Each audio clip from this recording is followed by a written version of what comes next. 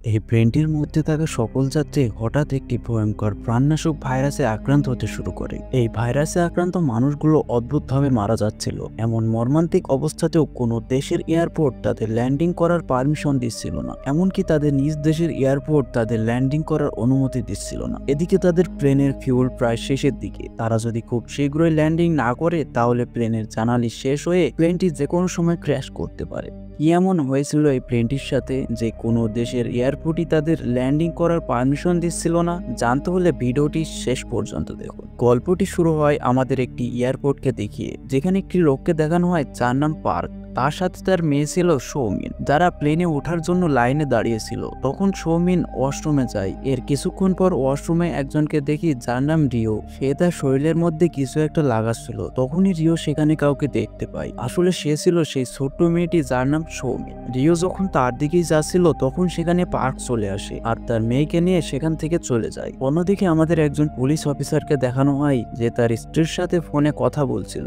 আসলে তার স্ত্রী সেই প্লেনের একজন যাত্রী ছিল। এরপর যখন পুলিশ অফিসার তার অফিসে আসে, সে জানতে পারে তার স্ত্রী যে প্লেনে রয়েছে কেউ একজন সেই প্লেনের সবাইকে মারার হুমকি দিয়েছে।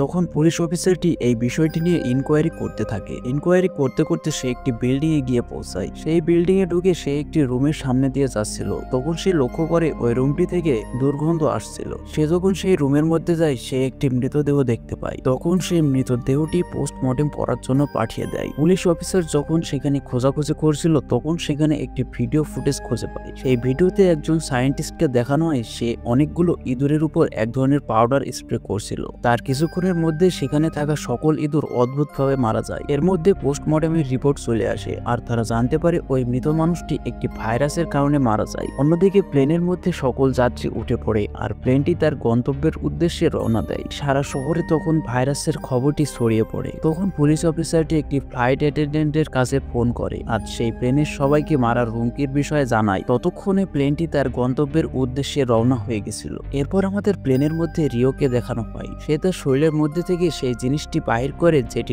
লুকিয়ে প্লেনের মধ্যে নিয়ে গেছিল। আসলে রিও ছিল সেই ব্যক্তি যে প্লেনের মধ্যে থাকা সকল মানুষকে মারার হুমকি দিয়েছিল। এরপর সে প্লেনের মধ্যে থাকা ওয়াশরুমে এক ধরনের পাউডার ছিটিয়ে দেয়। আসলে এটি ছিল সেই ভাইরাস যার জন্য সে মৃত মানুষ আর ইঁদুরগুলো মারা গেছিল। এরপর সেই ওয়াশরুমে একজন প্যাসেঞ্জার যায় আর তার শরীরে সেই পাউডারটি লেগে যায়। সে তখন বাইরে এসে ফ্লাইট অ্যাটেন্ডেন্টকে জানায় যে ওয়াশরুমের মধ্যে কিছু একটা রয়েছে। তখন ফ্লাইট অ্যাটেন্ডেন্ট চেক করার জন্য সেখানে যায়। তার শরীরেও সেই ভাইরাসটি লেগে যায়। এর কিছুক্ষণ পর সেই ব্যক্তিরা মুখ দিয়ে রক্ত উঠে মারা যায়। ফলে সকলে ভয় পেয়ে যায়। তখন পার্কের রিওর উপরে সন্দেহ হয় আর পার্ক রিওকে মারতে থাকে। তখন সেখানে প্লেনের মেন পাইলট চলে আসে, রিওকে জিজ্ঞাসাবাদ করে আর তখন রিও সেখানে তার ভাইরাসটি ছড়িয়ে দেয়, যার ফলে সকলের জীবন এখন সংকটে। আর এসব যখন পাইলট হেডকোয়ার্টারে জানায় তখন তারা রিওর সম্পর্কে খোঁজ খবর নেয় আর তারা জানতে পারে রিও একটি বায়োটেক কোম্পানিতে কাজ করত, কিন্তু এর বেশি তার বিষয়ে কিছু জানা যায় না। তখন পুলিশ অফিসার সবাইকে বলে কেননা আমরা রিওর সাথে সরাসরি কথা বলি আর সে কি চায় সেটা তাকে জিজ্ঞাসা করি। তখন তারা প্লেনের পাইলটের কাছে ফোন করে, তার মাধ্যমে তারা রিওর সাথে কথা বলে। তারা তাকে জিজ্ঞাসা করে সে কি চায়। তখন সে জানায় সে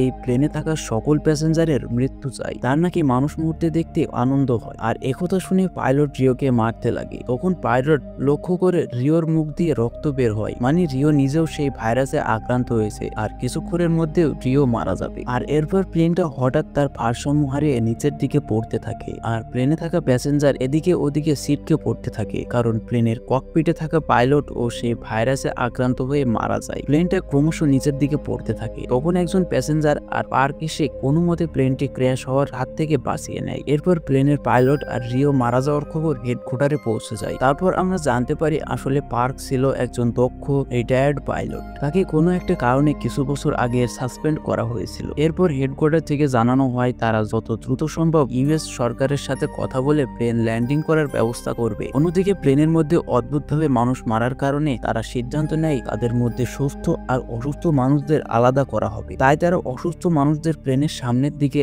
আর সুস্থ মানুষদের প্লেনের পিছনের দিকে পাঠিয়ে দেয়। অন্যদিকে পুলিশ অফিসার তদন্ত করতে করতে রিও যেখানে কাজ করতো সেখানে গিয়ে পৌঁছায়, কিন্তু তাদের সেখানে যাওয়ার পারমিশন না থাকার কারণে সেখানে তারা ঢুকতে পারে না। এরপর প্লেন যখন ইউএস এয়ারপোর্টের কাছে পৌঁছায় তখন ইউএস থেকে তাদের প্লেন ল্যান্ড করার অনুমতি ক্যান্সেল করে দেওয়া হয়, তাই তারা সেখানে ল্যান্ড করতে পারে না। এদিকে পুলিশ অফিসারকে একজন মহিলা টিভিতে দেখে তার সাথে দেখা করতে চায়। সেই মেয়েটি রিওর কোম্পানিতে কাজ করত। পুলিশ অফিসারটি তার সাথে দেখা করে জানতে পারে যে ভাইরাসের কারণে প্লেনের মধ্যে মানুষ মারা যাচ্ছিল, সেই ভাইরাস ওই কোম্পানিতে তৈরি করা হয়েছিল, আর সে ভাইরাস রিও সেখানে থেকে চুরি করেছিল। এরপর তারা আরো জানতে পারে সেই ভাইরাসের ভ্যাকসিন তাদের কাছে ছিল, আর এটা প্লেনের মধ্যে থাকা প্যাসেঞ্জাররাও জানতে পারে। তখন তারা অনেক খুশি হয়ে যায়, তারা ভাবে তারা হয়তো এবার বেঁচে যাবে। কিন্তু প্লেনের পাইলট অসুস্থ হয়ে পড়ে, তাই প্লেনের পাইলট জাপানের একটি এয়ারপোর্টকে ল্যান্ড করার জন্য এমার্জেন্সি ডিক্লারেশন জারি করে দেয়। কিন্তু জাপানের কোনো এয়ারপোর্টে তাদের ল্যান্ড করার অনুমতি দেয় না, কারণ তারা মনে করে যেহেতু ভাইরাসটি ল্যাবে তৈরি হয়েছিল,